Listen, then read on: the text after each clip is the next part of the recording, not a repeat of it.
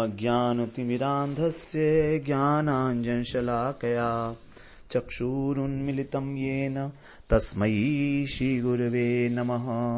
वन्देऽहं श्रीगुरो श्रीयुत्पदकमलं श्रीगुरून् वैष्णवांश्च श्रीरूपं साग्रजातं सहगण रघुनाथान्वितं तं सजीवं साद्वैतं सावधूतं परिजन सहितं कृष्ण चैतन्यदेवं श्री राधा कृष्ण पादान् सहगण ललिता श्री विशाखान्वितांश्च।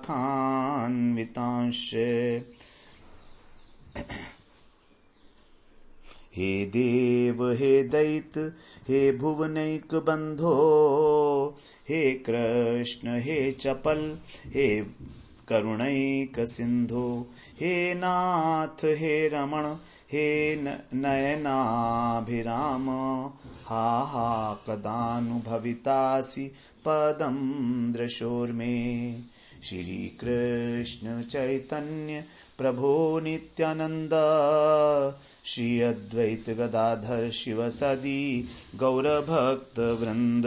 हरे कृष्णा कृष्णा कृष्णा हरे हरे, हरे राम राम राम हरे हरे। हरे कृष्णा।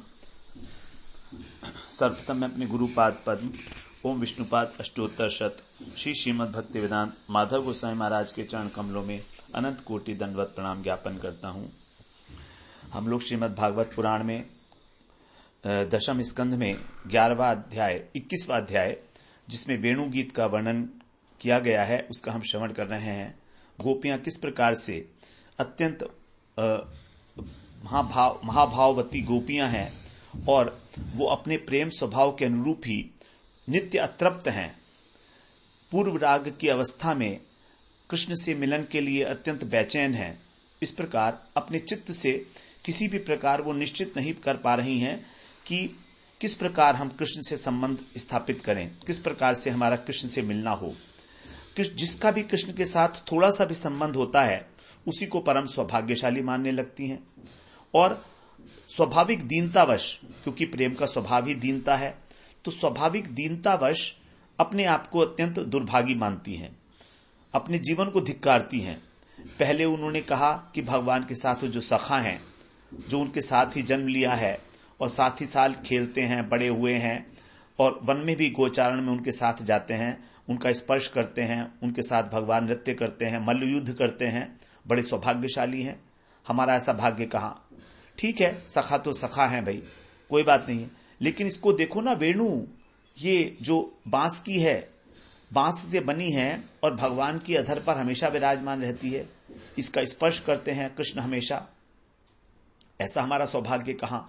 ये हमारी संपत्ति है, कृष्ण के जो अधर हैं, क्योंकि हम बचपन से उनके साथ खेले हैं, बड़े हुए हैं, उनकी संपत्ति है, हमारी संपत्ति है वो। लेकिन हमारी संपत्ति को हमारे सामने ही बड़ी निर्लज्जता पूर्वक जो है उसका पान करती है और हमारे लिए एक बूंद तक नहीं छोड़ती। कृष्ण के जो लाल लाल अधर हैं वो वेणु बजाते बजाते जो है पीले पड़ जाते हैं। इस प्रकार से फिर बताती हैं कि वृंदावन की भूमि देखो, ये वृंदावन भूमि जो है ये तो अत्यंत सौभाग्यशालिनी है। किस प्रकार से भगवान के चरण चिन्हों को अपने वक्षस्थल पर धारण करती है। क्या ऐसा कभी हमारा सौभाग्य हो सकता है? तो प्रत्येक क्रिया से अपने को जो है अत्यंत दीनहीन मानते हुए वहां पर और इस प्रकार से उनके सौभाग्य को वर्णन करते हुए और अपने दुर्भाग्य के विषय में जागरूक होते हुए इस प्रकार से वहां पर सबकी जगह सब वस्तुओं के प्रति कृष्ण से जो भी संबंधित है उसके प्रति अत्यंत जो है आदर बुद्धि के साथ और अपने प्रति अपने लिए अनादर बुद्धि के साथ जो है वो अपनी अभिलाषा को व्यक्त करती हैं कृष्ण से मिलन की। तो वृंदावन की जो भूमि है वो अत्यंत विलक्षण है, क्योंकि भगवान के चरण चिन्हों से सुशोभित है। इसलिए सभी प्राणियों को जो है चतुर्वर्ग जो काम क्रोध जो हमारे 4 पुरुषार्थ हैं, धर्म अर्थ काम मोक्ष, इनकी उपलब्धि करा के और जो परम पुरुषार्थ है प्रेम, उसको भी प्राप्त कराने वाली है। ये वृंदावन की भूमि ऐसी है। और यहां पर भगवान जो है नंगे पैर जो है यहां पर विचरण करते हैं, तो उनके जो चरण कमल हैं, चरण कमल कहने से भगवान के जो चरणों की सुकुमारता है उसका दिग्दर्शन कराया गया है कि भगवान के चरण कमल अत्यंत सुकुमार हैं, जो केवल इस वृंदावन की भूमि के ऊपर ही जो है अवस्थित हैं, और स्वर्ग के अंदर भी ये अवस्थित नहीं है। भगवान जो है स्वर्ग में भी कभी इस प्रकार से कभी कभी वहां पर विराजमान होते हैं, जबकि वृंदावन छोड़ के तो भगवान कहीं जाते ही नहीं है। फिर कह रहे हैं कि इस प्रकार का वेणुनाद सुनकर मयूर जो है मत्त होकर नृत्य कर रहे हैं, और जो सानु प्रदेश में स्थित सभी प्राणी हैं, सानु प्रदेश को सनातन गोस्वामी पाद ने कहा है कि जो शिखर के ऊपर एक समतल भूमि होती है उसको सानु प्रदेश कहा है। तो हम सानु प्रदेश का अर्थ समझ रहे थे तलहटी, लेकिन इसका एक दूसरा अर्थ भी बताया गया है कि शिखर के ऊपर जो समतल भूमि होती है उसको कहा जाता है सानु प्रदेश। तो वहां पर जितने भी पशु पक्षी इत्यादि हैं, पशु पक्षी वहां पर कलरव कर रहे हैं, पशु भी वहां पर हैं, तो सभी अपनी अपनी सेवा के अंदर भगवान को समर्पित हैं, सभी भगवान में प्रीतिपूर्वक आसक्त हैं, और उन सभी के जो दर्शन रूपी उनकी विरह है उसको नष्ट कर रहे हैं भगवान अपना दर्शन देकर। इस प्रकार से तो सब अपनी अपनी सेवाओं के अंदर जो है तल्लीन है वहां पर, सभी प्राणी जो है शुद्ध सत्व को धारण करके, क्योंकि वहां जो है किसी प्रकार का जो है मिश्रित सत्व नहीं है। जैसे वैकुंठ के अंदर मिश्रित सत्व नहीं है, उसी प्रकार से वृंदावन की जो भूमि है वो भी चिन्मय है, और यहाँ के पशु पक्षी भी हैं, वो सब चिन्मय स्वरूप हैं। तो इस प्रकार से सभी प्राणी और स्तब्ध हो गए हैं, अपने अपने इंद्रियों के कार्यों से शिथिल होकर प्रेम मूर्छा को प्राप्त हो गए हैं। तो इस प्रकार की जो माधुर्यमयी लीला है भगवान की, ये वैकुंठ धाम में भी नहीं है, केवल इस पृथ्वी के ऊपर वृंदावन में ही ये अप्रकट लीलाएं भगवान की नित्य विराजमान रहती हैं। इस प्रकार से भगवान ने यहां बताया। अब आगे इसी संदर्भ में 11वें श्लोक में कहा जा रहा है, धन्या स्म मूढ़गतयोऽपि हरिण्येता यानंद नंदनमुपात्त विचित्र वेशम आकर्ण्य वेणुरणितं सह कृष्ण सारा पूजां दधुर विरचितां प्रणयावलोकै। स्म का अर्थ है धन, निश्चित रूप से। ये जो मूढ़गतय, जो मूढ़ योनि वाली, मूढ़ योनि के अंदर जिन्होंने जन्म लिया है, पशु योनि अत्यंत मूढ़ योनि है, जहां पर अज्ञान जो है अज्ञानतम है, इसको कहा गया है संकुचित चेतन। तो ऐसी जो इस मूढ़ योनि में जन्म लेने वाली, मूढ़ बुद्धि वाली जो ये हिरण्या है, हिरण्य माने हिरण्या, यही धन्य है। एता माने ये, तो साक्षात वहां पर भाव नेत्रों से गोपियां उन हिरण्यों का दर्शन कर रही हैं। एते का मतलब है ये वाली जो दिख रही है हमको। क्यों धन्य है? या माने जो नंद नंदनम उपात्त, जो नंद नंदन है, महाराज नंद को भी आनंद देने वाले, उनके पुत्र उपात्त विचित्र वेशम, अर्थात जिन्होंने विचित्र वेश धारण किया हुआ है, ऐसे कृष्ण उनको वेणुरणितम आकर्ण्य, उनके द्वारा जो वेणु ध्वनि की जा रही है उसको अच्छी प्रकार से सुनकर आकर्ण्य, और सह कृष्ण सारा, उनके जो पति हैं कृष्ण सार मृग, उनके साथ पूजाम दधु, भगवान की पूजा कर रही हैं, कृष्ण की पूजा अर्चना कर रही हैं, कृष्ण के पास आकर। कैसे कर रही हैं? विरचिताम, जो करने का प्रकार है वो किस प्रकार से उन्होंने इस पूजा का रचना की है? प्रणयावलोकई, अपने जो तिरछे नयन कटाक्ष हैं उनके द्वारा, अत्यंत प्रेम से भरकर, प्रणयावलोकई, जो प्रेम से भरे हुए उनके नयन कटाक्ष हैं, तो उनके द्वारा भगवान की मानो आरती उतार रही हैं वो। तो कह रही हैं, हे सखी, जब नंदन नंदन श्याम सुंदर विचित्र वेश धारण करके वेणु पर अपनी मधुर तान छोड़ते हैं। देखिए, श्याम सुंदर ने पीतांबर धारण किया है, उसके ऊपर वनमाला जो है सुशोभित हो रही है, वैजंती माला, क्योंकि यहां पर जो है वैजंती माला का दर्शन किया था गोपियों ने 5वें श्लोक में। तो वैजंती माला जो है वो अनेक प्रकार के रंग बिरंगे 5 या 7 पुष्पों से बनी हुई माला होती है, तो उसमें अनेक प्रकार के रंग हैं।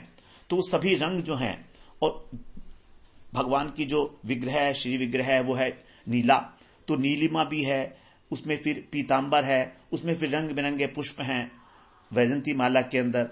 तो सब के सब ये विचित्र वेश, एक नटवर का वेश धारण करके जो यहां पर मधुर तान छेड़ रहे हैं।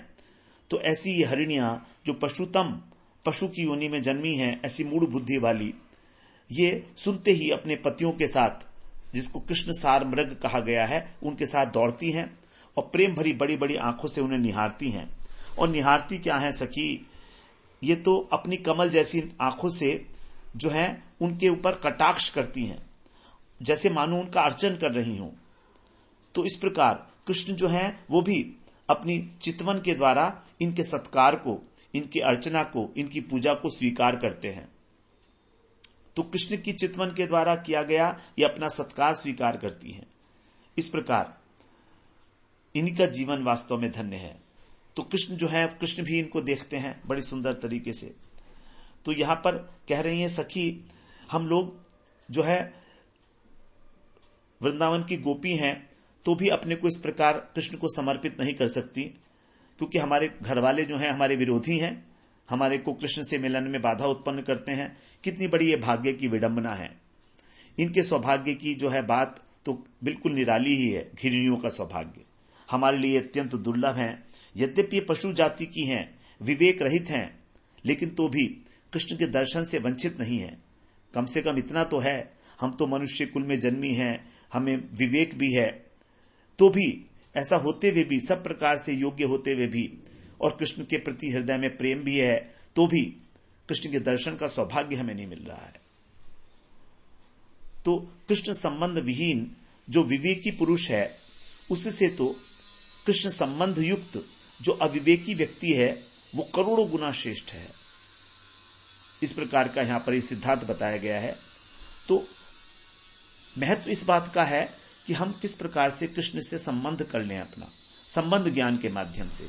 इसी संबंध ज्ञान के जो अधिष्ठात्र देवता हैं वो है मदन मोहन जी।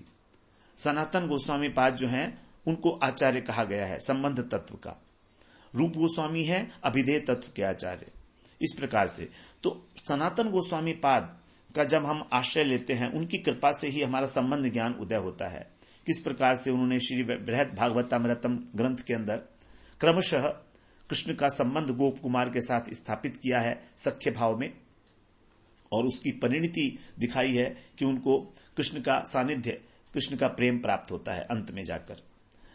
तो जब हम संबंध से युक्त हो जाते हैं कृष्ण के, तभी हमारी भक्ति का महत्व है, तभी हमारे भजन का महत्व है, और उसी भजन को भगवान ग्रहण करते हैं।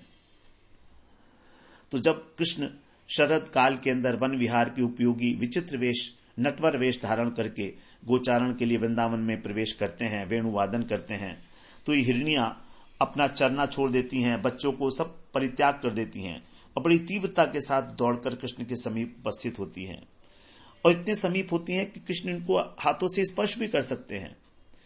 इसलिए गोपियां सोच रही हैं, देखो तो ये कितनी मूढ़ हैं, पशु जाति हैं, ये नहीं जानती हैं अगर बहेलिया वेणु बजाता है तो उसी के ऊपर अपना प्राण न्यौछावर करती हैं। इन्हें इतना भी ज्ञान नहीं है कि कौन हमारा मित्र है, कौन हमारा शत्रु है, उसको जान पाएं। तो भी उन्हें ये मालूम नहीं है कि नाद कहां से आ रहा है, कुछ नहीं जानती हैं। हो सकता है कोई बहेलिया इनको आकर्षण कर रहा हो, लेकिन इनकी उन्मत्तता देखो। जैसे ही उस ध्वनि को सुनती हैं, वेणुनाद को, वैसे ही अपने कानों को, दोनों कानों को दौने की तरह खड़ा करके, और मूर्खतावश, अत्यंत मूढ़ योनि है ना, विवेक तो है नहीं, तो वहीं दौड़ पड़ती हैं। तो इनकी मूर्खता ही धन्य है। कह रही हैं सखियों, हमारा विवेक जो है उसको धिक्कार है, ऐसा विवेकी होके भी क्या फायदा। इनकी मूर्खता धन्य है, और ये भी वास्तविकता ही है।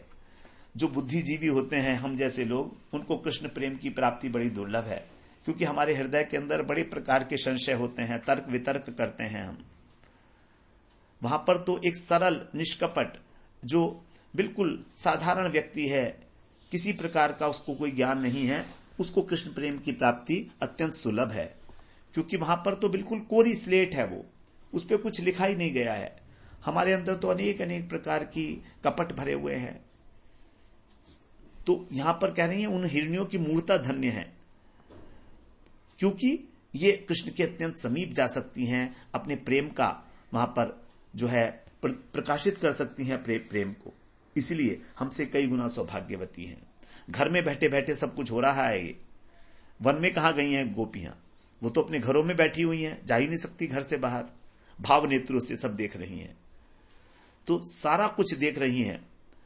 तो कृष्ण के प्रति जो हिरनियों के भाव हैं वो भी गोपियों के हृदय में स्फुरित हो रहे हैं कि किस प्रकार कृष्ण से वो प्रणय की भिक्षा मांग रही हैं। प्रणयावलोकई, बिल्कुल समीप में है कृष्ण इनके, और प्रणय की भिक्षा मांग रही हैं।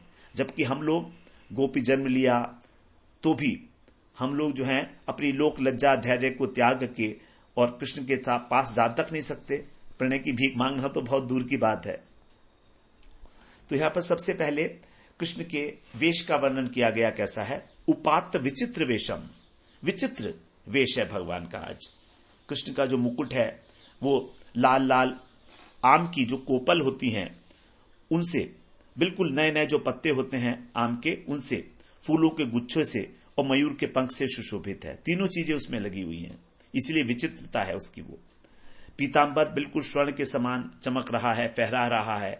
एक कान में कनेर का फूल विराजमान है, गले में तरह तरह की जो है घुटनों तक लंबी माला लटक रही है, वैजंती माला।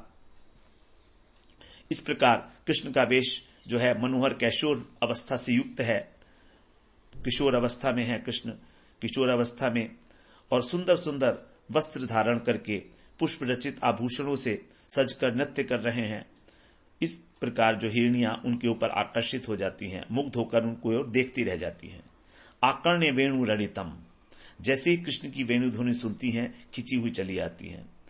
जो कृष्ण के पति, हिरनियों के पति हैं, उसको कहते हैं कृष्ण सार, कृष्ण सार मृग। तो ये जो कृष्ण सार हैं, इसका अर्थ, यौगिक अर्थ होता है कृष्ण ही एकमात्र जिनके जीवन के सार हैं। The real essence of life is Krishna and Krishna alone, और कुछ नहीं।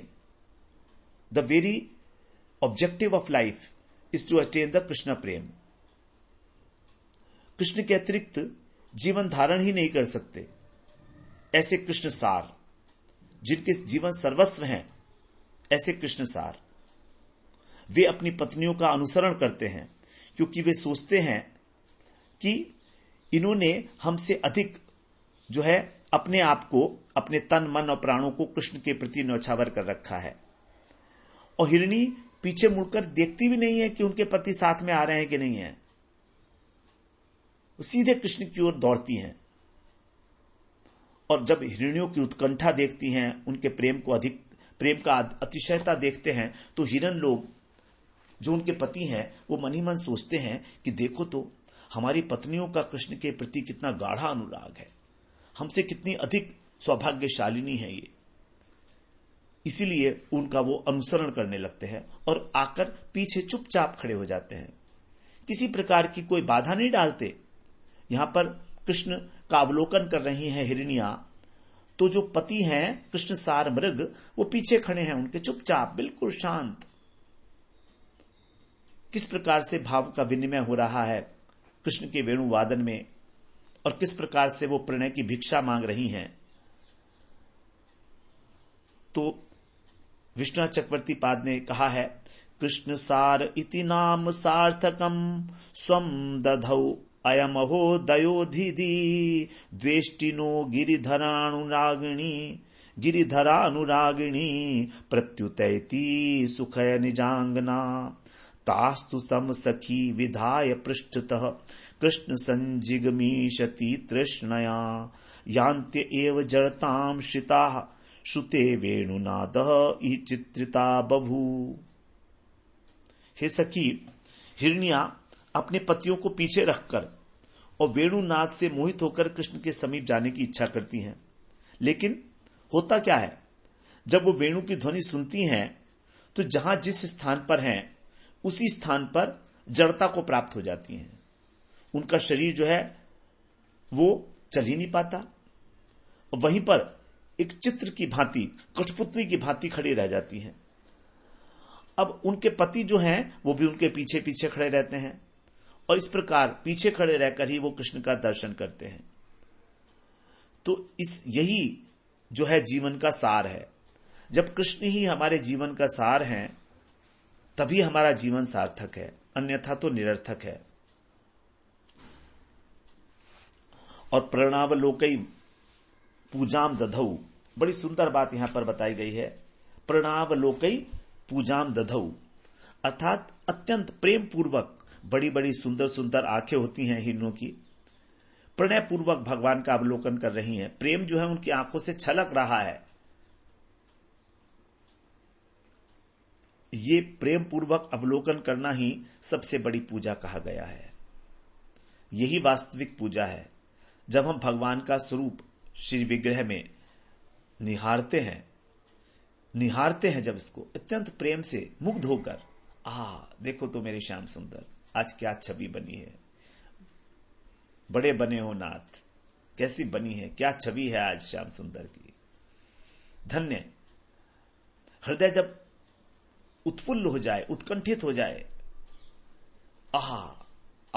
निकल जाए हमारे मुख से, इस प्रकार से ये जो अवलोकन करना है भगवान का, यही सबसे बड़ा पूजा है भगवान की। ठीक है, हम आरती से तो करते हैं, आरती लेकर भगवान की आरती करते हैं, फिर उनको धूप दीप इत्यादि सब जो है अर्पित करते हैं। षोडशोपचार पूजा किया जाता है वैधि भक्ति के अंदर। तो ये सब अर्चन पूजन की अपेक्षा अपने प्रेम भरे नेत्रों से भगवान की आरती उतारना, इसको सबसे श्रेष्ठतम पूजा कहा गया है। दधौ का एक अर्थ है स्वीकार करना। दधौ, पूजाम दधौ, दधौ का एक अर्थ तो होता है पूजा का विधान करना, और दधौ का एक दूसरा अर्थ है स्वीकार करना। तो यहां पर दधौ के माध्यम से दोनों बातें कह दी गई। हिरनियों ने कृष्ण का प्रेम पूर्वक अवलोकन करके अपनी पूजा का विधान किया, दधौ, और उसी सेवा को कृष्ण ने अत्यंत प्रेम पूर्वक स्वीकार किया। क्योंकि दधौ माने स्वीकार करना भी होता है। स्वीकार कौन करेगा? कृष्ण ही करेगा। तो विरचिता, विरचिता माने विशेष रूप से आचरित है ये वाली पूजा। ये जो पूजा है भगवान की, ये विरचिता, विशेष रूप से जिसका आचरण किया गया, अर्थात दृष्टि के द्वारा, प्रेम पूर्वक दृष्टि के द्वारा। देखिए, भगवान के प्रति जो भी किया जाए वो यदि प्रेम नहीं है तो भगवान उसे क्या स्वीकार करेंगे? पत्रम पुष्पम फलम तोयम भक्त्या यो में प्रयच्छति। भक्त्या माने प्रीतिपूर्वक। यदि प्रीतिपूर्वक हम उसको भगवान को अर्पण करते हैं तो वो निश्चित रूप से तदहम भक्त्या उपहृतम अश्नामी प्रियतात्मन है, मैं भी उसको बड़े प्रेम पूर्वक स्वीकार करता हूं। तो ये तो भावों का आदान प्रदान है। जितना हम प्रेम भगवान से करते हैं, भगवान तो उससे कई गुना प्रेम हमसे करते हैं। निश्चित मान लीजिए इस बात को। हम क्या भगवान से प्रेम करेंगे, लेकिन कोई बात नहीं, थोड़ा बहुत जितना भी करते हैं उसका कई गुना भगवान हमसे प्रेम करते हैं। और मेरा तो ऐसा मानना है कि भगवान हमारे प्रेम में निरंतर रोते ही रहते हैं। ये बात कुछ अटपटी लगेगी, लेकिन बड़ा आश्चर्य होता है, क्योंकि भगवान ने कहा ये यथामाम प्रपद्यते तास तथैव भजामि हम। कितने ही भगवान के जो शुद्ध भक्त हैं वो भगवान के प्रेम में निरंतर अश्रु प्रवाह करते हैं। तो क्या भगवान भी उनके प्रेम में अश्रु प्रवाह ना कर रहे होंगे क्या? ये तो भगवान की प्रतिज्ञा है, जो मुझको जैसा भजता है मैं उसको वैसा ही भजता हूं। तो इस बात को सोच के बड़ा आश्चर्य सा होता है कभी कभी मन में कि क्या भगवान हमेशा लिए हमारे लिए इतने द्रवित रहते हैं हृदय उनका। तभी तो कहा गया है उनको करुणा का सिंधु है, अपार करुणा का सिंधु है। और उसमें फिर राधा रानी तो महान से भी महान है, महानतम है। मृदुता, दयालुता, कृपालुता की राशि है। 2 बार कह दिया, दया भी है और कृपालुता भी है। मृदुता, दयालुता, कृपालुता की राशि है। जिसका हृदय जरा सा ही प्रेम प्रकाशित करने से, उनका नाम मात्र लेने से, कृष्ण का नाम लेने से ही राधा जी का हृदय इतना मृदु है। मृदुता, हृदय की मृदुता, यदि हमारे हृदय में मृदुता है तभी तो द्रवित होगा वो, तभी तो द्रवता आएगी और तभी कृपा बरसती है। तो मृदुता, दयालुता, कृपालुता की राशि है, ऐसी हैं श्री राधा रानी। तो भगवान जो है विशेष रूप से आचरित इस विशेष पूजा को अर्थात प्रेम भरी चितवन को हिरणियों की स्वीकार करते हैं, बड़े प्रेम से स्वीकार करते हैं। तो जब इस प्रकार से हिरण्यों की पूजा को स्वीकार करते हैं तो गोपियों के मन में स्वाभाविक रूप से एक दीनता की उत्पत्ति होती है, दैन्य भाव उत्पन्न होता है। वो सोचती हैं कि हम तो ऐसे कहीं देखते नहीं है भगवान को, हमारी दृष्टि में तो कोई प्रेम नहीं है, तो हमारी सेवा को क्या स्वीकार करेंगे, हमें क्यों स्वीकार करेंगे भगवान। ये गूढ़ तात्पर्य है यहां पर। फिर दूसरा बताते हैं कि प्रणवावलोकन दधौ, इस प्रकार से उन्होंने हिरण्यों ने कृष्ण को वशीभूत कर लिया अपने प्रणय अवलोकन से। गोपियां सोचती हैं कि हिरण्या परम सौभाग्यवती, अपनी गेह की सुध भूल गई, जड़वत हो गई, लोक लज्जा त्याग दी, अपने पतियों की भी चिंता ना की। विचित्र वेशधारी ऐसे नंदनंदन जो नटवर स्वरूप में आए हैं आज वृंदावन के अंदर, उनको प्रणाम कर रही हैं, प्रणय भरी दृष्टि से उनकी पूजा कर रही हैं और एकटक उनको निहार रही हैं, एकटक भावपूर्ण दृष्टि से उनकी आरती उतार रही हैं मानो। तो गोपियां इस अर्चन की साक्षी हैं। कवि कर्णपुर कहते हैं, किम दुश्चरम चरित माली तपो मृगी भी पश्यन्तिया समुरलीकम आस्यमस्य अक्षणो प्रकाम कमनीय गुणत्वमासाम मा सांप्रतम भवति संप्रति। एक यूथेश्वरी जब कृष्ण के दर्शन की उत्सुकता से व्याकुल हो गई तो अपनी सखी के निकट अपने भावों को प्रकाशित कर रही है। कहती है, सखी देखो तो इन हिरण्यों ने किम दुष्चरम, ऐसा कौन सा दुष्कर तप किया है। जैसे वेणु के लिए कहा गया था कि किस प्रकार का उसने कठिन तप किया है, उसी प्रकार हिरणी के लिए कह रहे हैं किम दुष्चरम चरितम आली, हे अली सखी, क्या इसने किस प्रकार का जो है दुष्टर तप किया है जिसके प्रभाव से ये सभी मिलकर और भगवान की मुरली की सुमधुर ध्वनि से युक्त जो उनका मुखारविंद है उसका दर्शन कर रही हैं।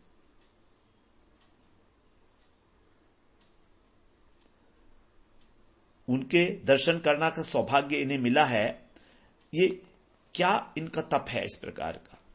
हां, एक बात तो पक्की है, अक्षणों प्रकाम कमनीय गुणत्वमासाम, इनके जो नेत्र हैं वो बहुत सुंदर हैं। अक्षणों प्रकाम कमनीय नेत्र हैं, अत्यंत सुंदर हैं और विशाल है। तो इस प्रकार से ये सभी गुणों से युक्त हैं। गुणत्वम, इनके अंदर गुण है विशालता का और सुंदरता का, और इसी कारण इनकी जो नेत्रों की बंकिमता है वो सार्थक हो रही है, अर्थात इनके नेत्र सार्थक हो रहे हैं कृष्ण का दर्शन करके, फलीभूत हो रहे हैं। फिर कहती हैं आगे, सौभाग्य भाग्यमयो सखी कृष्ण सारी करोति नयने सह कृष्ण सारा वंशी निनाद मकरंद भरम दधानम कृष्णास्य पंकजम अशंकितम अपिबंती। हे सखी देखो तो ये जो कृष्णसार नामक मृग है, इसकी पत्नी महान सौभाग्यशालिनी है। सौभाग्य भाग्यम अहो, कितना आश्चर्य है कि इसकी जो पत्नी है कृष्णसार मृग की कितनी सौभाग्यशालिनी है कि अपने पति के साथ वंशी की ध्वनि का जो मकरंद है उसको धारण करने वाले, जो कृष्ण के मुख से निस्सृत हो रहा है रस, बिना किसी संकोच के उसको पान कर रही है। कोई संकोच नहीं है, बिल्कुल खुले में दोनों नेत्रों को सार्थक कर रही है। और जो मृग के पति हैं, इनके जीवन का सार तो कृष्ण ही है, क्योंकि इनका नाम ही कृष्ण सारा है। इनके जीवन में कृष्ण के अतिरिक्त और कुछ है ही नहीं। लेकिन हमारे जो पति हैं वो तो बिल्कुल विपरीत धर्म वाले हैं, कृष्ण के विरोधी हैं, हमको कृष्ण दर्शन के लिए तक रोकते हैं जाने से। हमारे जो पति हैं वो तो कृष्ण विरोधी हैं, बिल्कुल विपरीत धर्म है, अत्यंत दुष्ट हैं, हमें कृष्ण की ओर झांकने तक नहीं देते। अनेक प्रकार के हमारे ऊपर पहरे बिठा रखे हैं। एक हमारी सास है जो हर वक्त जो है हमको जो है शंकित नजरों से देखती रहती है कि कहीं हम घर से बाहर ना निकल जाए। कभी बाहर कभी निकलती भी हैं तो हमको सचेत कर देती है कि देखो तो तुम ध्यान रखना कि इस गांव के अंदर जो है एक काले रंग का सांप घूमता है, तुम उसको देखना मत कभी उसकी आंखों की ओर। यदि तुमने देख लिया उसको तो तुम्हें बिना डसे ही तुम जो है घायल हो जाओगी, बिना डसे ही तुम मूर्छित हो जाओगी, ऐसा है वो सांप। तो कृष्ण को इस प्रकार की संज्ञा देती हैं, हमको जो है चेतावनी देती है उससे दूर रहना। और यहां देखो कृष्ण सार मृग जो है वो अपनी पत्नी को यहां पर साक्षात दोनों के दोनों और कृष्ण के माधुर्य का आस्वादन कर रहे हैं। अशंकित पद का अर्थ यही है कि जब सायंकाल के समय भगवान ब्रज में प्रवेश करते हैं धूसरित अवस्था में, तब उस समय कृष्ण को हम लोग निशंक होकर नहीं देख सकते। हमेशा हमारे को शंका बनी रहती है कि कहीं हमारे पति ना देख ले, कहीं हमारी सास ना देख ले, कोई गुरुजन ना देख लें। तो हम देखती तो हैं गवाक्ष रंध्रों से छिप छिप कर, क्योंकि रोक तो सकती नहीं है अपने को, देखती तो हैं लेकिन फिर भी मन में बड़ा डर बना रहता है। इसी को कहा गया है कृष्ण के प्रति दुर्लभता का भाव है उनके अंदर। गोपियों को कृष्ण सुलभ नहीं है, क्योंकि यहां पर गोपियां परकीय भाव वाली हैं, सब विवाहित हैं, वधू हैं। ब्रज वधू कहा गया है गोपियों को। वधू का मतलब है जो जिसका विवाह हो गया है, ब्रज वधू। विक्रीडितम ब्रज वधू विरिदम च विष्णु। विक्रीडितम, भगवान ने ब्रज वधुओं के साथ जो लीलाएं की है, तो यहां पर स्वकीय भाव नहीं है, परकीय भाव है। स्वकीय का मतलब है जहां पर अग्नि का साक्षी करके पंडित के समक्ष में और समाज के समक्ष में जहां पर विवाह के द्वारा संबंध स्थापित किया जाता है पति पत्नी के रूप में, तो वहां पर है स्वकीय भाव। लेकिन यहां पर कृष्ण के साथ उनके अंदर परकीय भाव है, क्योंकि कृष्ण यहां पर पति नहीं है, उपपति हैं। तो विवाह होने के बाद भी गोपियों का जो है कृष्ण के प्रति अनुराग देखा जाता है। इसमें किसी प्रकार का कोई आप गलत अर्थ ना समझें, क्योंकि इस जगत के अंदर तो यह अत्यंत निंदनीय है, लेकिन यहां पर ब्रज में यही उत्कृष्ट है, यही उज्जवल रस कहा गया है इसी को। क्योंकि जिस समय भगवान कृष्ण अनेक प्रकार के सखा बने हुए थे ब्रह्म विमोहन लीला में 1 वर्ष तक, तभी जो गर्गाचार्य हैं उन्होंने कहा था, गर्गाचार्य तो वसुदेव जी के थे, शांडिल्य ऋषि हैं इनके जो पुरोहित हैं, तो उन्होंने कहा था नंद बाबा से कि इस समय बड़ा शुभ मुहूर्त है, आप बिल्कुल देर मत करो, जितने भी आपकी कन्याएं हैं उन सबका गोपों से विवाह कर दो। तो सबका जो कन्याओं का विवाह हुआ है वो सखाओं से हुआ है, और वो सखा तो सारे कृष्ण ही थे। उस समय में सभी जो सखा थे वो कृष्ण स्वरूप थे। तो उस 1 वर्ष के अंदर ही ब्रज के अंदर जो है कुमारी कन्याएं जो थी उनका विवाह संपन्न हुआ था। तो उनका विवाह तो वास्तव में हुआ था कृष्ण से ही, क्योंकि वो सखा रूप में थे। तो इस प्रकार गोपियां तो ये सोचती हैं कि हमारा जो है विवाह हुआ है सखा के साथ कृष्ण के, लेकिन वास्तव में विवाह हुआ है कृष्ण से ही उनका। इसलिए वहां पर परकिया केवल भाव मात्र है, केवल भाव है इस प्रकार का। और प्रसिद्ध भी लोक में इसी प्रकार का है, लोक प्रसिद्ध भी यही भाव है कि वो परकिया है। इसलिए कृष्ण के प्रति सबका उपपति भाव है। इसलिए कह रहे हैं कि हमारे पति जो है शंका करते हैं हमारे ऊपर।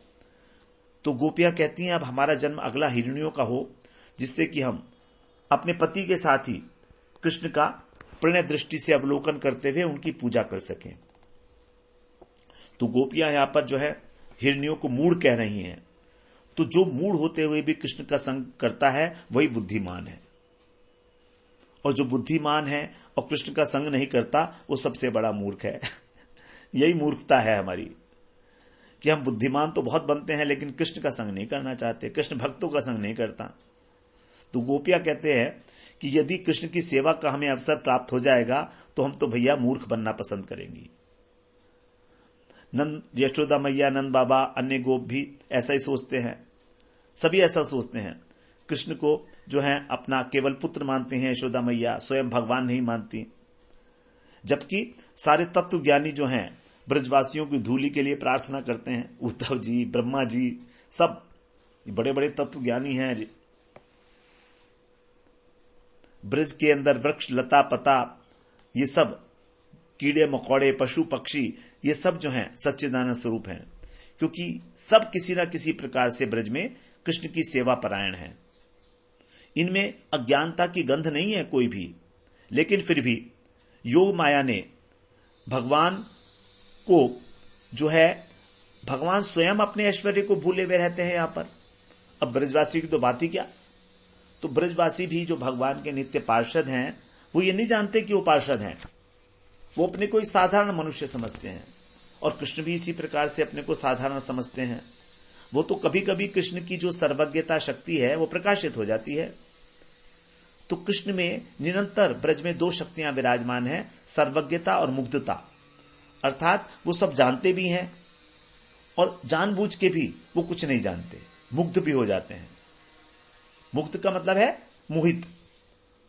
तो इस प्रकार से कृष्ण सब कुछ जानते भी हैं और नहीं भी जानते हैं। तो इस प्रकार से जो कृष्ण के प्रति अपना भाव रखकर, लौकिक सद्बंधुवत भाव रखकर उनकी आराधना करते हैं, वही भक्त जो है रागानुग है, रागात्मिक है।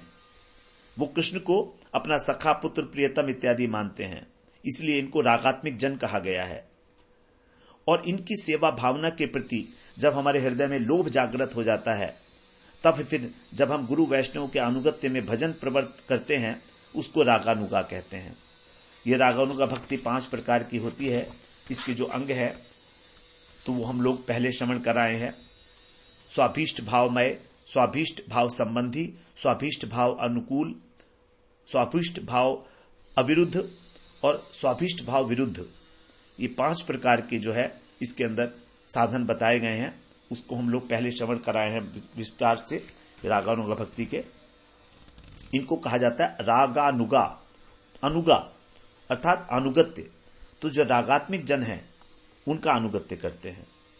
तो इस प्रकार से यहां पर भगवान कभी भी वैधि भक्ति से प्राप्त नहीं होते हैं। भगवान को वशीभूत कर ही नहीं सकती वैधि भक्ति। हां, वैकुंठ की प्राप्ति हो सकती है, लेकिन वशीभूत नहीं की जा सकता भगवान को। वशीभूत भगवान केवल प्रेम से ही होते हैं। तो इस प्रकार जो रागानुगा भक्ति का साधन करते हुए और अहर्निश साधन भजन करते हैं, उन्हीं को कृष्ण जो है, कृष्ण प्रेम की प्राप्ति होती है। तो क्योंकि वैधि भक्ति मर्यादामयी है, यहां यह भक्ति हमको वैकुंठ में नारायण की सेवा तक ले जा सकती है, लेकिन जो रागानुगा भक्ति है यह हमको ब्रजेंद्र नंदन श्याम सुंदर की प्रेममय सेवा प्रदान करती है।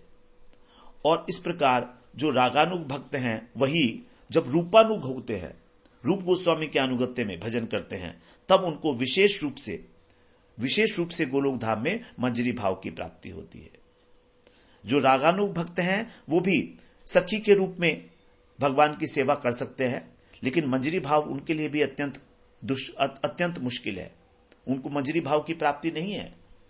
लेकिन जो रूपानुग हैं, अर्थात जो रूप गोस्वामी के द्वारा बताए गए मार्ग पर अवरोहण करते हैं, वही उन्हीं को प्राप्त होती है ये मंजरी भाव की प्राप्ति।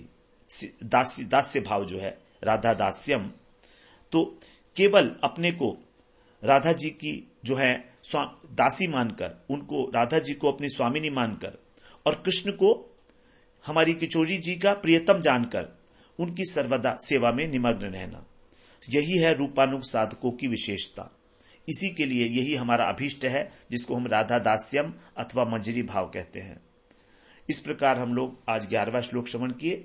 अगले सत्र में फिर हम 12वें श्लोक में प्रवेश करेंगे। जहां पर स्वर्ग की देवियों के विषय में गोपांगनाएं जो है वर्णन करेंगी। वांछा कल्पतरुभ्यश्च कृपा सिंधुभ्य एव च पतितानां पावनेभ्यो वैष्णवेभ्यो नमो नमः।